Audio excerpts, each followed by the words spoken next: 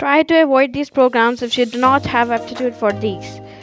Students, आज हम बहुत इंपॉर्टेंट न्यूज़ और वीडियो के साथ आपकी खिदमत में हाजिर हैं। कौन से ऐसे प्रोग्राम्स जिनमें आपको जो है वो एडमिशन लेना चाहिए, कौन से ऐसे प्रोग्राम्स जो इस टाइम ट्रेंडिंग पे नहीं है, तमाम हम आपको A to Z details guide करेंगे। उसके लिए हमारी वीडियो मुकम्मल देखिए और साथ ही साथ हमारे channel doctor Shahid Nadeem TV को भी सब्सक्राइब कर दीजिए ताकि आने वाली हर इन्फॉर्मेशन आप तक पहुंच सके। सबसे पहले आपको बताते चले कि D form diploma in pharmacy आजकल जो है वो बहुत ज़्यादा ट्रेंडिंग चल रहा है, बहुत ज़्यादा क्राउडेड जो है वो डिग्री हो चुकी है और इसमें एडमिशन लेने वालों के लिए बाद में कोई ऐसा फील्ड वर्क या ऐसा जॉब उनको प्रोवाइड नहीं होती, जिसकी वजह से बहुत ज़्यादा परेशान होते हैं। तो हम आपको सजेस्ट करेंगे कि आप इसमें मत जाएं।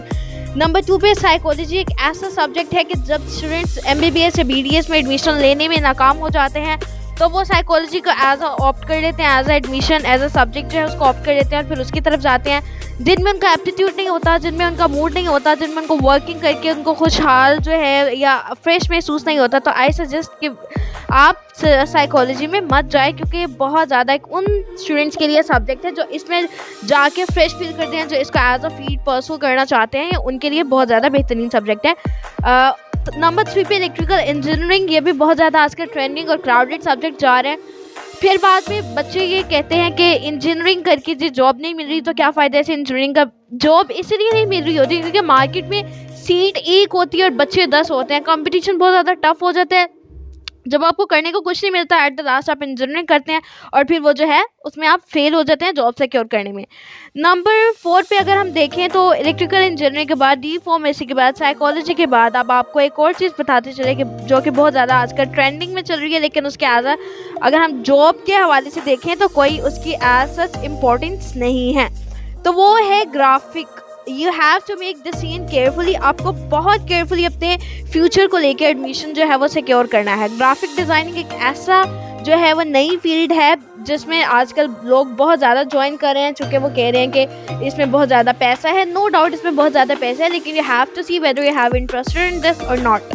अगर आपका इंटरेस्ट इसमें है तो you should go for it. अगर आप उसको परस्यू करना चाहते हैं, दिल लगा के काम करते हैं और आप चाहते हैं और आपको लगता है कि आप ये कर पाते हैं, तो it is what you want.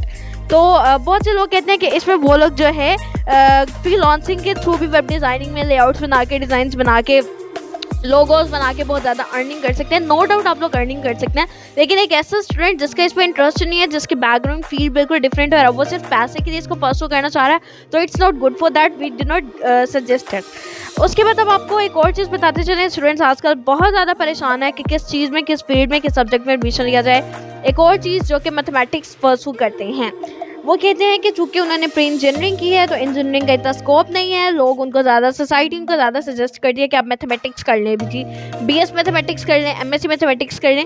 तो it is not that easy कि जितना आप इंजीनियरिंग को लेके चलते हैं कि इंजीनियरिंग में मैथ्स होते हैं, this is not all about that maths, ठीक है।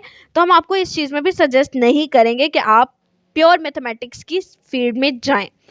उसके बाद आपको लास्ट में बताते चले अकाउंटेंसी और फाइनेंस ऐसी फील्ड है जो कि लोग कहते हैं कि हम ये कर लेंगे तो हमें फ़ौरन से जो है नौकरी मिल जाएगी किसी भी बैंक में, हमें जो है वो हायर लेवल पे जो है वो बैंक मैनेजर बना दिया जाएगा। तो this is not good for that.